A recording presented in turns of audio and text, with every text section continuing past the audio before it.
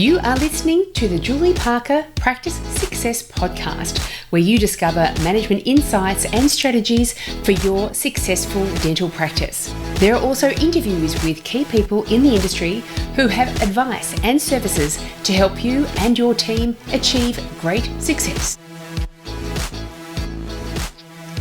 Welcome to this episode of the Julie Parker Practice Success Podcast, and today I am joined by my good buddy in crime, partner in crime, Ameena Basile. How are you? Good, Julie. How are you? I'm super well. And today's episode is going to be the first of a few that we do. We don't know how many we're going to do, but there will be a few of them. And what we wanted to share with everybody was we have been doing a lot of investigation into AI and especially ChatGPT and how it can help us be a bit more time efficient and productive with the work that we do. But on that journey, of course, we keep identifying beautiful ways for dental practices to use this as well. Absolutely. Sometimes we just don't know where to start, or we don't know how to articulate what to say in a certain fashion, and it can really help with that. Really good starting tool, isn't it? It is. And I heard a great, we do want to say to everybody, we understand that AI has its drawbacks as well as its benefits. And the way I tend to think about it is sort of, it's like the internet. The internet can be used for terrible, terrible things, but the internet can also be used for extraordinarily magnificent things as well. And I think possibly AI fits into that category as well. And what we are helping practices identify is how it can make your outfit, your dental practice work a little bit more professionally and get a little bit more time efficient and possibly do things that you wouldn't have done before. This was a great quotation that I heard about AI over the last couple of days in a podcast. This person said, and it was more of an entrepreneurial-based podcast, this AI helps entrepreneurs who have to do everything themselves because they're just, usually in business by themselves, and you and I have to do kind of everything ourselves. It brings down the amount of time we spend on any task right down. So we've got more time to be doing other important things as well, or having downtime. And the second element is that there are some things that you and I would never even tackle because it's complex, or it will take such an enormous amount of time, and it enables us to go down those sort of paths as well and incorporate things into our operation that we would not normally. Yeah, and I think like a lot of these things, it's how you use it. It's definitely a tool. You also need to use your own brain and, change and think about things. Does this really fit with my values or the way I would want to say, or that kind of thing? So, yeah, it really comes down to how you use the thing, and don't take it all as completely possible, and you have to use it that way. Yeah. That's right. It's a starting point, a point of inspiration. It gives you a framework to then customize and work it into your own way of doing something. And I have heard of one practice that had banned ChatGPT in their practice. And I can only assume that possibly, it may not be true at all, but one of the thoughts could be, oh no, it's dumbing down the stuff. And I think this is one of the concerns. It's dumbing people down. They don't have to think for themselves anymore. However, I kind of counter that and think to myself, well, how did I learn to read and write and form sentences and learn punctuation and all the things in primary school? How did I learn? Practice, repetition, constantly being exposed to the correct way of spelling, the correct way of formulating a sentence. And it's through that I learned. And I think when we continually look at ChatGPT for how to get a particular message across in a very elegant way, just through that constant exposure to the more elegant way, I think we'll learn more from that. I think, it's also more efficient. And for a lot of people nowadays who are working from home, working independently, and not getting that collaboration happening with other people in the work team, that this is sort of your collaborating buddy in some ways, if you like. And when we do collaborate with others, it's wonderful, but there is an element of incidental chit chat and things that will happen around that take up a lot more time. So it can be really, really efficient. It can be. So we're going to identify for dental practices out there 3 of the many ways that you can implement AI into your practice in a very effective way. We're going to start off with 3 because if we give you too many, there's, how can you implement them all? And we may every now and again refer to ChatGPT as Chatty Cathy because that's what we call our team member who is ChatGPT. We call her Chatty Cathy. And so we'll have a couple of examples of how Chatty Cathy can actually help us out. So one of the ways where we have identified, which is a very effective use of ChatGPT as a version of the AI, one of the services of AI, is through your receptionist in the way they send out emails and letters to patients. And to give you a bit of an example, I've used ChatGPT to give a framework for these 3 points today, Meenie, so we can go into ChatGPT and find out exactly what they say about it. So ChatGPT came back with the problem with email and letter communications with patients is that there is a difficulty maintaining a consistent and friendly tone at times because receptionists are busy all the time. This is one little communication that seems so incidental and insignificant. However, from the patient's perspective, they're reading something that is coming from your practice and you want that message to come across very professional, but also in that engaging, friendly way as well. Yeah, and I think particularly when handling more difficult conversations, sometimes it's like, how can I get this message across in a really friendly way and be quite diplomatic? And the assistance around that does a beautiful job of giving you the idea of how to approach these things. Oh, you're for sure. You think about what are those sort of communications. So you haven't paid your bill yet, or you said you were going to come in with your health fund card today, but we never saw you. Or you keep breaking your appointment times. We really need to, or even from the perspective of your recall is due. And this is the email that we send out or the letter that we send out, or you've got incomplete treatment. And we really do encourage you to come in and get that done. And so being able to, as you say, write an email, and this, I think you and I both do this in much the same way. We write the bare bones of the email, the message that we want to get across. We don't send it to our person that we're sending it off to just yet. We quickly get Chatty Cathy to have a look at it. They make it sound professional, friendly, and put that extra tone in it and that very nice messaging in it. And then you send that one off, and the impression that you're making on the receiver of that communication is so much stronger. Yeah, we don't have to find the words. It's, we're not spending an hour thinking about it, contemplating it. We just get it nutted out and happy with it in minutes. Bang, bang. Exactly. Everything all of a sudden takes, something from minutes and minutes and minutes to possibly generate and be interrupted as we're just interrupted all the way through to all of a sudden within a few seconds, you've got that beautiful articulate message. And the other thing it said, a problem around what Chatty Cathy highlighted as a problem around email and letter communications is the spelling and punctuation errors, which can come across as unprofessional. This is a big common one. As generations move through, the diligence around punctuation and spelling seems to be falling off on the sides a little bit.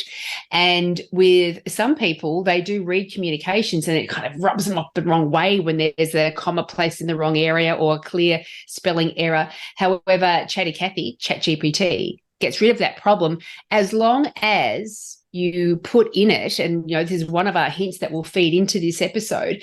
One of the hints is to make sure that when you are writing this sort of communication, the more detail you give Chatty Cathy, to a team member, if you were to delegate this to a team member, you would say, obviously we're a dental practice, it's been, but we want to have the patient feel a certain way or respond in a certain way or get this particular message across. But we also want the response worded with UK English spelling, punctuation and grammar. That's super important. Otherwise, it seems like we've obviously dragged this information off the internet from somewhere because it's got Zs where we have Ss, etc. Yeah, and we often find in the dental world that a lot of the support staff didn't continue school to a high level, or perhaps they weren't particularly academic, and it's a frustration for some. So this is a tool to help those people that this is not their area of strength. And you don't need to be particularly good at it if you learn to use these tools. But it can then come across as you are good at it because you've gotten there somehow. That's right. That's right. Again, we're using it as a tool, not as the thing that does the thing, as a tool, a starting point that we can then customize that messaging to suit us. And the other hint that we'll put in here as well is whenever you do generate through ChatGPT or Chatty Cathy, whenever you do generate an email or letter correspondence, it will come up with the first classic sentence, which raises alarm bells. This has been generated through AI, and that is that sentence of, I hope this message finds you well. So get rid of that first sentence and put your own way of introducing a message into your email or your letter, and that will help get rid of that kind of very ChatGPT version of things. I thought there was a couple of other words that went with the actual GPT. Oh, and in high spirits. Oh, well, and in high spirits. And in high spirits. Woo! The other problem with email and letter communications that Chatty Cathy have come up is inefficiency in the drafting and revising process. I mean, we are talking about things that extend out to many, many minutes of drafting something up, and we don't always have that time, the affordability of time on reception, and also the potential for misunderstandings or miscommunications with patients. How often is it that we write something so politely we fail to actually get that message across? Yeah, that's right. It really does help you to make things much more clearer and deliver the message in a way that can be understood and it's professional and ticking all the boxes, really. Yeah. And the approach changes too, gives you different ideas of how to approach the communication. Yeah, and that's another good point, because if you are using it and the quality of the answer will be a direct result of the quality of your questioning and what input you put into it. But also, if you get an answer and you're like, oh, it doesn't quite hit the mark, ask, give me another 3 versions, and it will give you another 3 versions. It's fantastic. Yeah, and I guess that's the other thing, data in results in the quality of the data out. So the amount of explanation and things that you put in the first instance will really make a difference to the result that you get from ChatGPT. Yeah. And even if you are one of those people who have a very good way with words, it's a worthwhile process to draft your email or letter and then put it through as a proofread for ChatGPT. Can you just proofread this? Because when we create the content ourselves, we miss the little spelling errors and punctuation sometimes because we know what we're reading. However, ChatGPT can be a great proofreader as well. So given all of that framework around email and letter creation and really helping and giving your receptionist and practice manager a wonderful tool that can really help them save time and come across very professional and friendly, that leads us to our second and third helpful ways that you can use ChatGPT in your surgery. And the second way is standard operating procedures. How long does it take for dental practices to populate their practice manual with standard operating procedures? Yeah, to populate any document, but standard operating procedures, it's one of those tasks. Where on earth do I start? And this can give you such an enormous baseline to work with that will just save so much time and give you clear direction. Yeah. So you can say, we're an Australian dental practice and, we've got 2 treatment rooms and we want a standard operating procedure on a room changeover. What it gives you isn't exactly what you would be doing. It's a classic example of it's giving you that wonderful starting point to then customize it to reflect exactly what happens in your particular practice. And what Chatty Cathy came back with the standard operating procedure creation is that the problems often are SOPs, or standard operating procedures, can be challenging to structure and word clearly. Maintaining consistency across various procedures can be tough. and ensuring all team members understand and can effectively implement them as well. And so you can start getting this theme of the way you're constructing your standard operating procedures in place, and everything seems to have that consistency in messaging. But as you said too, you just don't know where to start. But with this, you can in the past, if I said, let's populate a dental practice, a standard operating procedure, there's 40 of them, for example. You and I would look at that and go, great, that's a week's worth of work. But through Chatty Cathy, we can have the basis of it that we then customize from. We can have the basis of it, all of those 40, probably within 10 minutes. It's crazy, isn't it? It is. And it's exactly that. It's the framework, and it's almost a template to get started on big tasks like that. Yeah. And ChatGPT, and just so everyone knows what we're using, we're paying for ChatGPT 4 because Chatty Cathy's an employee of ours now who only charges $20 a week. It's a month. It's fantastic. But it is chat.openai.com. That's CHAT chat.openai.com. And you can start playing around with it, but it keeps a memory of all of your previous chats. And what I'm finding too, meaning forgot to mention this to you, if we've worked on a particular project that we've had Chatty Cathy's input on, then I scroll back down to that, I go back into it a few days later, and I keep typing in the same theme, asking further questions, and it keeps that conversation going, which I think is fantastic. You don't have to re-enter all this pertinent information again and again and again. Yeah, it's a personal assistant. It is a personal assistant. So the third way that you can implement ChatGPT in a very effective way into your dental practice is to start having your own branded treatment brochures that you give to your patients.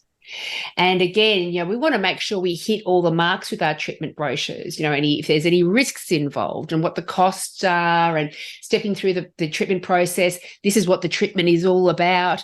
But can you word it all, again, using UK spelling, English punctuation and grammar? And can you word it so dental patients who have no dental knowledge can clearly understand what this treatment is all about? And then you have all of your own branding on it. And we have those wonderful Australian Dental Association brochures that many practices have, and they are tremendous. However, there is another layer of trust that is developed with patients when you've got your own branded stuff and you've created it yourself, and that's the word I'm trusting in, my dental practice's word, not just the industry word, but my dental practice with that practitioner who I trust so much. These are their words. And so again, you use it as a starting point, you reread the whole thing, make the tweaks that you need it, but all of a sudden you can create a whole series of treatment brochures for your practice, branded in your colors, in your imaging, etc., in a matter of minutes. Absolutely. It's so important, I think, to have your own information about your procedures presented to your patients in the way that you would do it, the environment that they would be having the treatment, the type of technologies differ from practice to practice, all those sorts of things. It's just glorious. It's just glorious. And so we hope we're helping practices to become a bit inspired about recognizing how ChatGPT, at the initial starting point with AI, be introducing it into your practice and how it can certainly be helpful.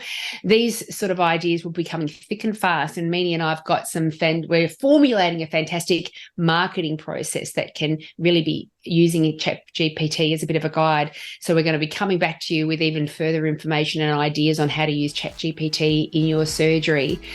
But thank you so much, Meena, for giving us the first 3 big ways of doing it, opening everyone's eyes up to the magic of Chatty Cathy. Enjoy. See you next time. If you enjoyed today's podcast, then you should come along and join the club.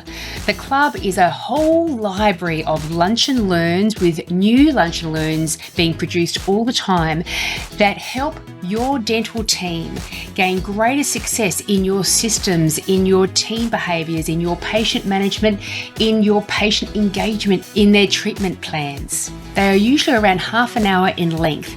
And so team members can sit down, be paid for their lunch break, eat lunch while they're being inspired, and delivered all of these insights and strategies that can be implemented so you all achieve greater levels of success. Also, Ameena and I, my buddy from Dental Management Expertise, have a company, Dental Business Mastery, together. And our flagship online 1-year course for dental practice managers and dental practice owners to learn how to very successfully manage your dental practice is available. Head over to dentalbusinessmastery.com.au to find out more information, and has information about any other courses that we've got available. Also, make sure you do jump onto my website, julieparkerpracticesuccess.com.au, and you will see a whole load of free information. There are articles, the blog, downloads, templates, a whole load of things that are designed to help you overcome any specific challenge that you've got going on in your practice at the moment. If you have any suggestions of topics or guests that I can have on the podcast, please let me know. Thanks for listening.